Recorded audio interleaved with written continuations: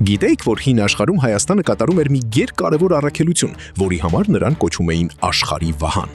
Անտիկ դարերում հռոմեական կայսրությունն ու Պարսկաստանը հզոր գերտերություններ էին, բայց նրանց հյուսիսում ապրում էին ամենասարսափելի վայրի ցեղերը՝ հոները, ալաններն ու սարմատները։